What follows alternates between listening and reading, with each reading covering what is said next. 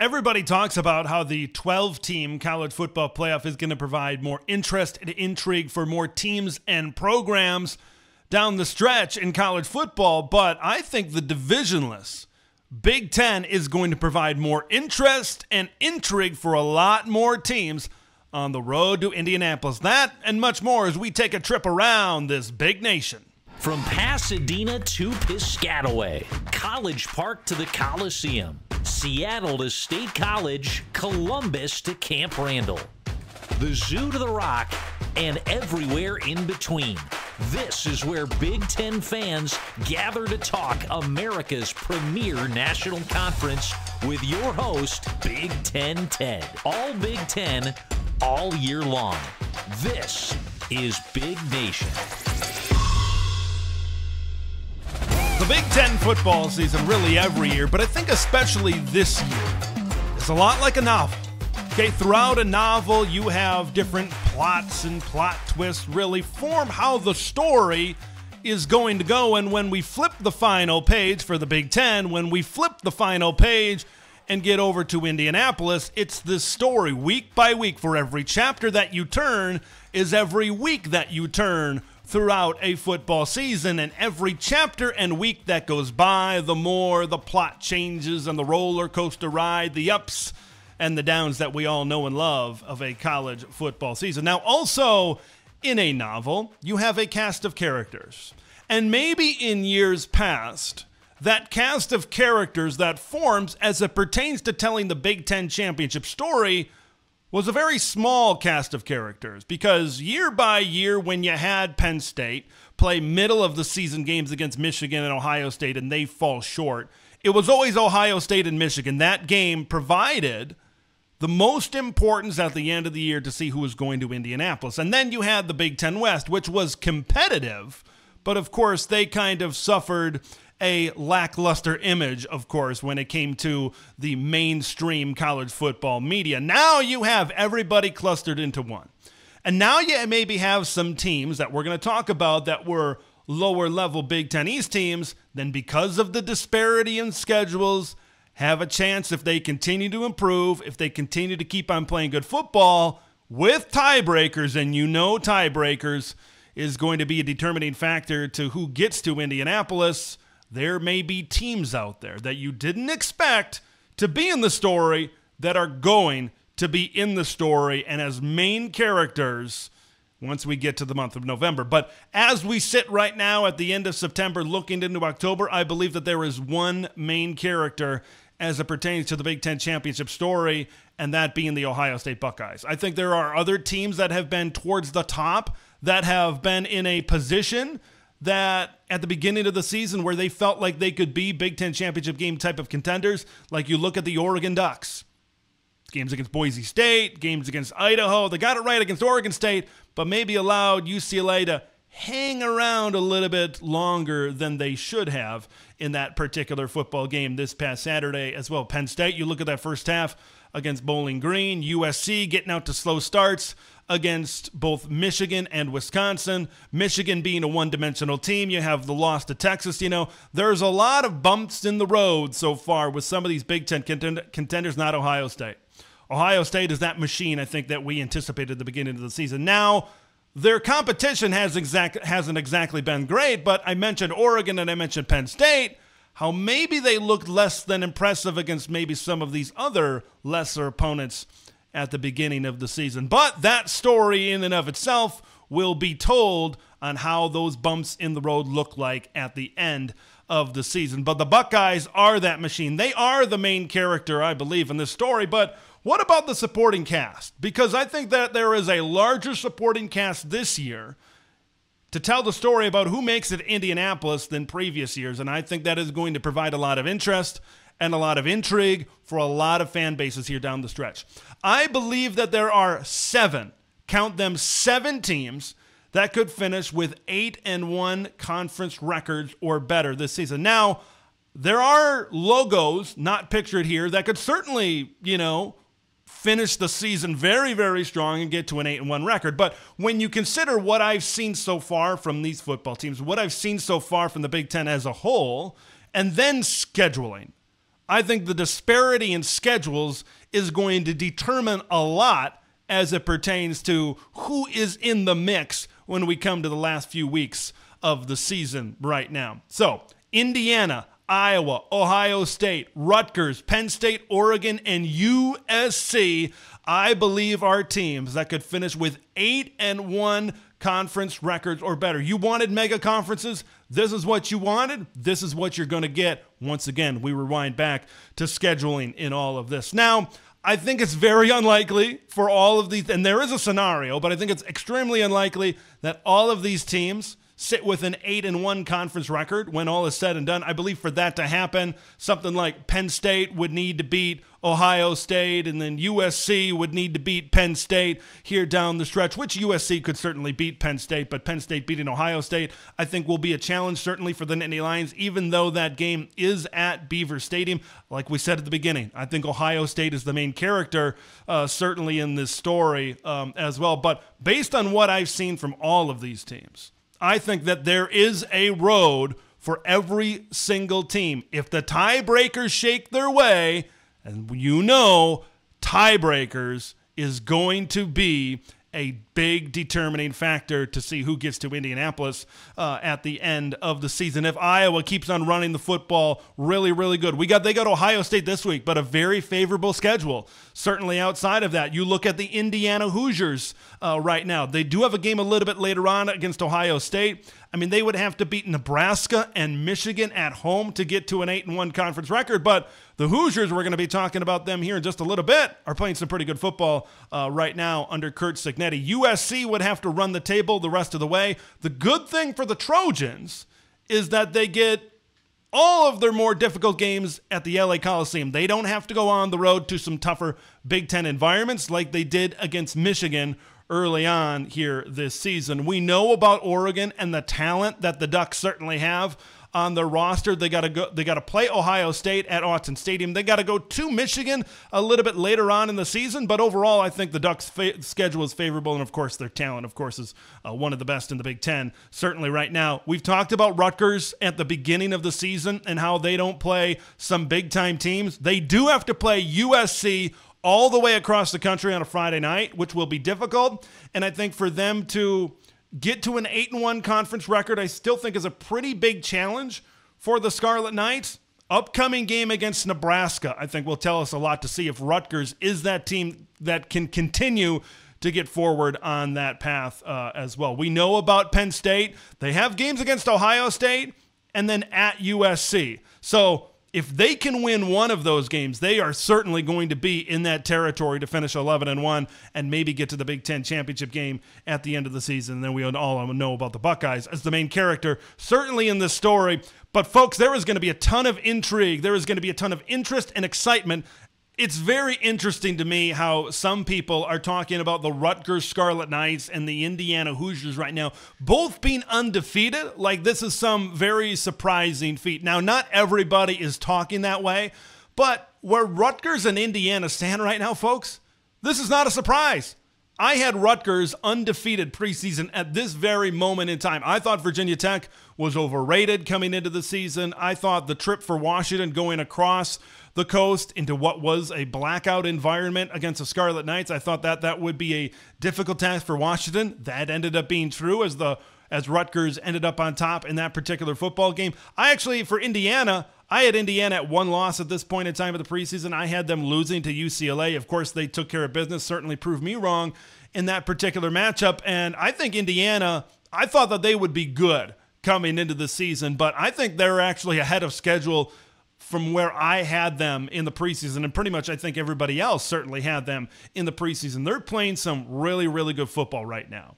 And they're good. Both of these teams are going to continue to play really good football. I want to talk about the Rutgers Scarlet Knights, okay? Because everybody knows about how much they had coming back on the defensive side of the football. Everybody knows about their run game. The Big Ten's leading rusher last year in Kyle Monangai, and those things are doing well this season. But I think the reason that Rutgers has maybe stepped up their game, or it appears that they are and can continue to step up their game, is the play at the quarterback position. Ethan Kaliak-Manis has come into Piscataway. I think he's been more consistent than he was in his career at Minnesota. So far at Rutgers, of course, the reunion with Kirk Ciarrocca was talked about a lot during the offseason as well. But he just looks a lot more calm. He looks a lot more confident. Now, when you have that run game to lean on, that certainly helps. When you've improved at the wide receiver position, you look at Ian Strong, you look at Dymere Miller, you look at some of these guys combining with what the Scarlet Knights had certainly last season, I think that has taken a step forward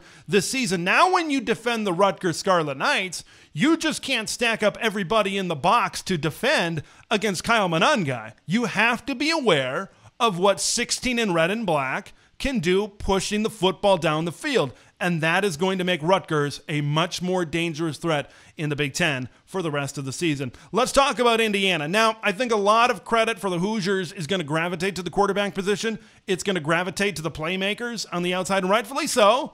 Right? The quarterback is the most important position in football for a reason. Curtis Rourke is playing some extremely good football for Indiana. He overcame 2 early turnovers against Maryland and played outstanding the rest of the way this past Saturday. But folks, this is a more balanced football team that you may realize in Bloomington, Indiana. Now, this is a team that leads the Big Ten in rushing. And their leading rusher, Justice Ellison, who's really good, by the way, their leading rusher is 8th as an individual in the Big Ten in rushing. It is a group effort, it is a team effort. Indiana, as a team, has rushed for 21 touchdowns so far this season, and they've passed for 12 touchdowns so far this season. The balance is what really makes this Indiana team certainly so dangerous. The run game, when you factor in Justice Ellison, Tyson Lawton, Elijah Green, and Kalen Black, right? There's guys fresh, and I think that really creates this running game and what it is. And I think that this run game and how good it is also helps this pass game be as good as it has been this season. So you look at balance on the offensive side of the ball, this is a good defense as well. Mikhail Kamara leads this pressure up front. This is a unit that leads the Big Ten in sacks with 17 right now. They're providing more pressure on opposing quarterbacks than anybody in the Big Ten Conference, certainly right now. And this is an Indiana defense that is 4th in the Big Ten in total defense. I think there are certain parts of this Hoosier team that are certainly ahead of schedule, but to me, it's the balance. Right, there are teams out there across college football and the Big Ten that are really good at one thing that can take them a long way. But I think we need to start giving credit to Indiana as an entire football team, and for Curt Cignetti to do this in 1 year. To me, he's in the driver's seat for Big Ten Coach of the Year, certainly at this moment in time. So, folks, it should be no surprise where Rutgers and Indiana stand right now. Now, let's talk about a different group of teams. Let's talk about maybe some teams that need to get it together. Okay, Indiana's a team that has played 60-minute football games. But these two teams, I feel like if they get it together, I feel like if they start playing full, complete games, they're going to be able to accomplish their goals. They're going to be good to really good football teams. It's just they need to put that all together. Let's start first with the Nebraska Cornhuskers. Okay, coming off that loss to Illinois, I thought that this would be a bounce-back, get-right type of spot on the road at Purdue. But this was a Nebraska team that did not score a single point until late in the third quarter against a Purdue defense that's just not very good. Now, I know penalties were a factor, officiating was a factor, certainly in that game against Purdue, but when you're playing the Boilermakers and you're a team like Nebraska that has higher expectations this season to keep on building up your program, you got to find a way to put points on the scoreboard against the Purdue Boilermakers. I'll just say it like that. And when we talk about Nebraska and complete games, you also got to go back to that game against Colorado where they got out to a big lead, but that score in the end, which was the same score, by the way, 28-10 that they beat Purdue by, was not indicative of how much of an advantage Nebraska had over Colorado in that early season matchup. I want to see the Huskers start to play some 60-minute games. Now, Nebraska is certainly going through some issues right now, and the issues that I really look at are special teams and the offensive line. Now, they've had some offensive line issues. They've had some injuries, certainly, and the depth hasn't been, it's starting to wane a little bit. It's starting to get a little bit thinner, certainly up front for the Nebraska Cornhuskers. So that's been an issue. This is not a team right now, it seems, that is running the football as effectively or as much. Specifically in that game against Purdue, they put the ball into the hands of Dylan Raiola. And then, of course, Ja'Cory Barney on those reverses and some of those other rushing concepts is a lot of what the offense was for Nebraska. I think that this offensive line, and man, will they kick a field goal the rest of the season? I don't know if they're going to send their kick team out there. I really don't, the rest of the season. So special teams in this offensive line certainly needs to be able to improve. And I think it's those two units that if they get better and if we can see constant improvement from these units for Nebraska over the next couple of weeks, then I think you're going to be able to see the Cornhuskers play a more complete football game. All right, let's talk about the USC Trojans. They have proven that when they are playing good, they play real good. But you look at the first halves against Michigan, and you look at the first half against Wisconsin, and you were facing 11-point deficits at halftime. Now, this is a USC team that is the 32nd ranked total defense in all of college football. Folks, that is a winning formula. When you have the offensive firepower that USC does, and they continue to improve, they continue to figure out roles on the offensive side of the football every single week. But if that defense continues to play, even at a top 50 level, this is a team that can play and play their way into the college football playoff. Now, if you come out flat in the first half against maybe a team like Penn State, and we talked about earlier how big of a game that is against Penn State, if they want to get to the playoff, or maybe if they want to get to the Big Ten championship game, they are going to have to win that game against the Penn State Nittany Lions to have that marquee win on their schedule. You even look at Notre Dame. Now, I know Notre Dame has not lived up to their expectations this season, but you come out flat against maybe some of these better teams, some of these good teams remaining on your schedule for USC, there may be instances where you might not be able to rebound. So they need to figure out a way to play full, complete football game, because if they do, this can be a very, very dangerous football team. They've shown that this season. When they are playing at their best, I think that this is one of the best teams in the Big Ten. I really do. But this team hasn't put together a lot of full, complete performances. I know LSU from start to finish was pretty good, but since then, maybe it hasn't happened as much as USC fans certainly have wanted it to happen so far. All right, I'm going to finish things off talking maybe a little bit on a sour note, but I believe it's some honesty that needs to happen when we talk about the Wisconsin Badgers and the Purdue Boilermakers. These are two teams that play, ironically, this week. And I'm not going to preview the game later on in the week on the channel, but when I look at this particular football game, I don't want to throw around the terms must win in late September, but both of these teams are kind of trending in a dangerous direction where they could possibly reach all-time lows this season or match all-time lows, especially in recent history for some of these football teams. Let's talk about the team that just fired their offensive coordinator, and that's the Purdue Boilermakers. Letting go Graham Harrell. I never thought Graham Harrell was really a great option as the coordinator to begin with, so I'm very curious to see where Purdue certainly goes offensively here in the future. See how things change in the near future in this game against Wisconsin and forward for the Purdue Boilermakers. But this is a Purdue team that's in danger of reaching Darrell Hazel type of lows, because ever since Joe Tiller was hired as Purdue head coach in 1997, I want to make sure I get this right, Purdue has lost 4 or less games in back-to-back years 3 times. And the 3 times that it happened were all in the Darrell Hazel era from 2013 to 2016. 2-10 is on the table. 3-9 is on the table. When you look at the rest of their schedule, when you look at how the Boilermakers are playing so far this season, you got a game against Northwestern that, in theory, you should be able to win. That you have a game at Michigan State on a Friday night. It doesn't seem that easy, but that's, in theory, the next most winnable game on your schedule.